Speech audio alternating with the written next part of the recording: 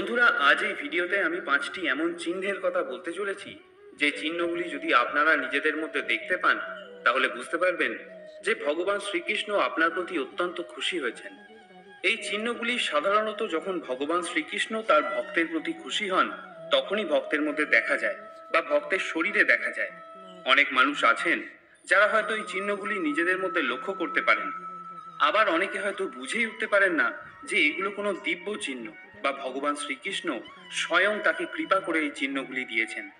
তাই এই ভিডিওতে এমনই 5টি বিশেষ চিহ্নের কথা আপনাদের বলবো যে চিহ্নগুলি যদি আপনি আপনার নিজের মধ্যে দেখতে পান বা নিজের শরীরে দেখতে পান বা অন্য কারোর মধ্যেও দেখতে পান তাহলে বুঝবেন আপনার প্রতি বা সেই ব্যক্তির প্রতি ভগবান শ্রীকৃষ্ণ অত্যন্ত প্রসন্ন হয়েছেন এবং খুশি হয়ে তার উপরে অশেষ কৃপা করেছেন। অনেক দিন ধরে পূজা পাঠ বা প্রার্থনার ফলে যখন ভগবান তার ভক্তের প্রতি প্রসন্ন হন তখনই তিনি তার ভক্তের মধ্যে এই চিহ্নগুলি দেখিয়ে বোঝানোর চেষ্টা করেন যে তার উপরে ভগবান প্রসন্ন হয়েছেন এবং তার জীবনে আধ্যাত্মিক উন্নতি হচ্ছে এবং সে কখনোই একজন সাধারণ মানুষ নয়। তাহলে চলুন আর দেরি না করে জেনে নেওয়া যাক যে এই 5টি বিশেষ চিহ্ন কি কি। ভিডিওটি আপনারা শেষ অবধি দেখুন, আর যদি ভালো লেগে থাকে তাহলে ভিডিওর শেষে একটি লাইক করতে ভুলবেন না। আর যারা এখনো সাবস্ক্রাইব করেননি তারা অবশ্যই চ্যানেলটিকে সাবস্ক্রাইব করে দেবেন আর কমেন্ট সেকশনে জয় শ্রীকৃষ্ণ লিখতে ভুলবেন না। এবারে আসুন এক এক করে জেনে নেওয়া যাক এই 5টি চিহ্ন কি কি। প্রথম যে চিহ্নটি আপনি আপনার শরীরে দেখতে পাবেন সেটা হলো আপনার চোখের আকৃতি পরিবর্তিত হয়ে যাবে। আপনি যদি কোনো দিব্য পুরুষের চোখের দিকে তাকিয়ে দেখেন তার চোখের মধ্যে অদ্ভুত এক আকর্ষণ খুঁজে পাবেন।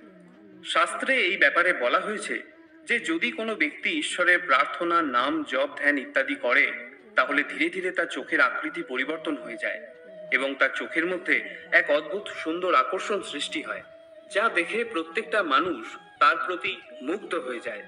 এরকম ব্যক্তির চোখের দিকে তাকালে মনের মধ্যে নিজে থেকেই একটা শ্রদ্ধা ভাব জেগে ওঠে। তার চোখের মধ্যে এক কোমল ভাব ফুটে ওঠে যা সব সময় অন্য মানুষের মনে শান্তি প্রদান করে। যদি এরকমটা আপনাদের সাথেও হয়ে থাকে তাহলে বুঝবেন ভগবান শ্রীকৃষ্ণ আপনার উপরে অশেষ কৃপা করেছেন এবং আপনি আধ্যাত্মিক দিকে ধীরে ধীরে এগিয়ে যাচ্ছেন। দ্বিতীয় যে চিহ্নটি নিজের শরীরে দেখতে পাওয়া যায় সেটি হলো মুখমণ্ডলে একটা দিব্য ভাব প্রত্যক্ষ করা। এই ব্যাপারে শাস্ত্রে বলা হয়েছে যে যখন কোনো ব্যক্তি ভগবানের অত্যন্ত প্রিয় হন, অর্থাৎ ভগবান যখন কোনো ব্যক্তির ওপরে কৃপা করেন তখন সেই ব্যক্তির রূপের মধ্যেও একটা পরিবর্তন লক্ষ্য করা যায়। কারণ আধ্যাত্মিক বলের কারণে তার মধ্যে এই ধরনের পরিবর্তন আসা শুরু করে এবং তার মুখের এই দিব্য ভাবের কারণে প্রত্যেকটা মানুষ তার মুখের দিকে তাকালে আকর্ষণ বোধ করে এবং মনে মনে শান্তি অনুভব করে। এবং যার মুখের মধ্যে এরকম পরিবর্তন আসে সে নিজেও এই জিনিসটা খুব ভালোভাবে প্রত্যক্ষ করতে পারে যে তার মুখে একটা দিব্য ভাব ফুটে উঠছে এবং এটা তার জন্য অত্যন্ত ভালো একটি চিহ্ন যা ঈশ্বর দ্বারা সে স্বয়ং নিজে পেয়েছে। তৃতীয় যে চিহ্নটি আছে সেটা হলো শরীরের চারপাশ থেকে বা শরীর থেকে সুন্দর গন্ধ আসা। বন্ধুরা, এই জিনিসটা হয়তো আপনারা কখনো কখনো লক্ষ্য করে থাকবেন যে যখন কোনো বড় সাধু বা মহাপুরুষের কাছে যাওয়া হয় তখন সেই সাধু বা মহাপুরুষের শরীর থেকে এক দিব্য সুন্দর গন্ধ অনুভব করতে পারা যায় যা আপনার মনকে একদম প্রসন্ন করে দেয়। শাস্ত্রে এই কথা বলা হয়েছে যে ব্যক্তি ভগবানের কৃপা লাভ করে তার শরীর থেকে এক দিব্য গন্ধ বের হতে থাকে এবং এটাও বলা হয়েছে যে এরকম ব্যক্তির আশেপাশে অন্য যোনি থেকে আসা বিভিন্ন দৈব আত্মা ঘোরাফেরা করে এবং তাকে রক্ষা করে। এই সুগন্ধ এইসব দৈব আত্মার থেকেই নির্গত হয়। আবার অনেক ক্ষেত্রে এই গন্ধ সেই ব্যক্তির দৈব শক্তির কারণে তার শরীর থেকে বেরোনো শুরু হয় এবং এই গন্ধটা তার আশেপাশে থাকা প্রত্যেকটা মানুষই পায়। চতুর্থ যে চিহ্নটির কথা আমি বলবো সেটি আপনি নিজের শরীরে পাবেন না, এটি আপনি তখন পাবেন যখন আপনি কোনো পশু পাখির সামনে যাবেন। আপনি হয়তো এটা লক্ষ্য করে দেখবেন যে অনেক সময় কোনো কুকুর যে হয়তো প্রচন্ড হিংস্র এবং সবাই তাকে ভয় পায়, কিন্তু আপনি যখন তার সামনে যান সে একদম শান্ত হয়ে যায় এবং আপনার কাছে এসে আপনার আদর খাবার চেষ্টা করে এবং এটি সব প্রাণীর সাথেই হয়। যখন আপনি কোনো পশু পাখির কাছে যাবেন এবং সেই পশু বা পাখিটি নিজে থেকেই আপনার কাছে এসে আপনার কাছে আদর খেতে চাইবে বা আপনার পাশে এসে শান্তভাবে বসে থাকবে, ভগবানের দিব্য শক্তির কারণে সেই পশু পাখিও আপনার কাছে এসে দিব্য শক্তির অনুভব করতে চায়। এবং তারা যখনই আপনার কাছে আসবে অত্যন্ত আনন্দ বোধ করবে। পঞ্চম যে চিহ্নটি আপনি বুঝতে পারবেন সেটি অত্যন্ত গুরুত্বপূর্ণ একটি চিহ্ন, যে চিহ্নটি হয়তো সবাই নাও পেতে পারে। যখন আপনার প্রতি ভগবান প্রসন্ন হয়ে কৃপা করেন, তখন আপনি লক্ষ্য করবেন আপনার দুই ভুরু যুগলের মাঝখানে যেখানে আজ্ঞাচক্র অবস্থিত, সেই জায়গাটা নিজে থেকেই চিনচিন করতে শুরু করে। অর্থাৎ মনে হবে কেউ যেন আঙুল দিয়ে হালকা করে আপনার দুই ভুরু যুগলের মাঝখানে চাপ দিচ্ছে। বন্ধুরা, এই সংকেতটি অত্যন্ত বড় একটি সংকেত, যা বোঝায় যে আপনার আধ্যাত্মিক জীবন অত্যন্ত উন্নত হতে চলেছে এবং স্বয়ং ভগবান আপনাকে সেই পথে যাওয়ার জন্য কৃপা করছেন।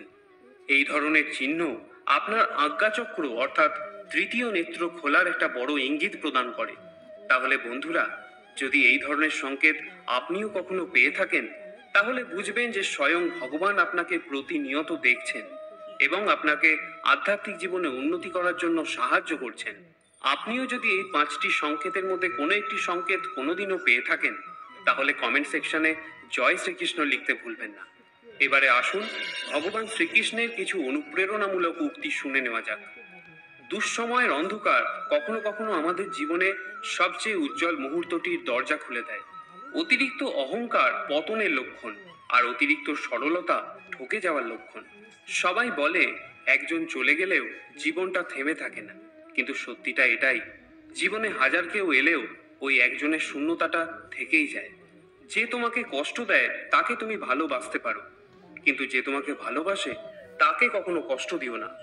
কারণ পৃথিবীর কাছে তুমি হয়তো কিছুই নও, কিন্তু কারো কাছে হয়তো তুমিই তার পৃথিবী। কষ্ট কখনো কাউকে কষ্ট দেয় না, সুখই মানুষকে কষ্ট দেয়। তাই সুখের পিছনে ঘুরে সময় নষ্ট করা মানে দুঃখকে আমন্ত্রণ জানানো ছাড়া আর কিছুই নয়। সোনা এবং লোহা, কোনটি বেশি বহুমূল্য? সবাই বলবে সোনা। ঠিকই, কিন্তু সোনা জিনিসকে আমরা লোহার সিন্ধুকে রাখি।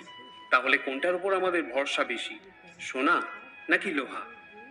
ভগবান বলেন, রাতে ঘুমোতে যাওয়ার আগে সবাইকে ক্ষমা করে দাও, তাহলে তুমি ঘুমিয়ে ওঠার আগে আমি তোমাকেও ক্ষমা করে দেব। যদি আপনার দ্বারা কোনো ব্যক্তি মনে কষ্ট পেয়ে থাকেন, তাহলে মনে মনে তার কাছে ক্ষমা চেয়ে নিন।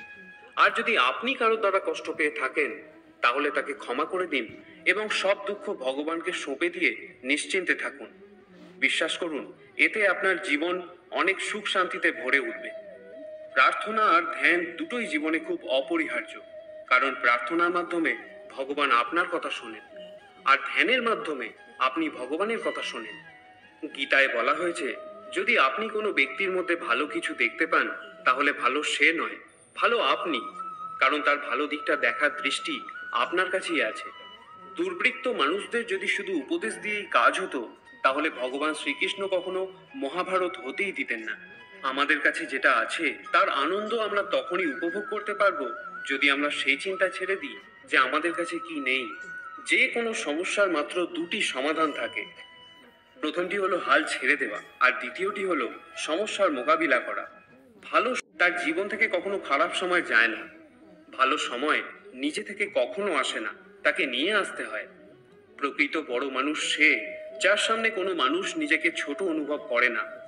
আপনি সফল হতে চাইলে জীবন আপনার অনেক পরীক্ষা নেবে, যাচাই করবে, এবং আপনাকে সেই সব পরীক্ষায় উত্তীর্ণ হতে হবে। ন হি জ্ঞানেন সুদৃশং পবিত্রমিহ বিদ্যতে। এই সংসারে জ্ঞানের সমান পবিত্র কোনো সাধনা হতে পারে না, আর জ্ঞান লাভের ইচ্ছা থাকলে তবেই জ্ঞান লাভ সম্ভব হয়। তাহলে বন্ধুরা, আজ এখানেই শেষ করছি। যদি ভিডিওটি আপনাদের ভালো লেগে থাকে বা যদি ভিডিওটি থেকে আপনারা কিছু শিখতে পারেন, তাহলে একটি লাইক করতে ভুলবেন না। আবার দেখা হবে পরে কোনো একটা ভিডিওতে। ততক্ষণের জন্য ভালো থাকবেন। জয় শ্রীকৃষ্ণ।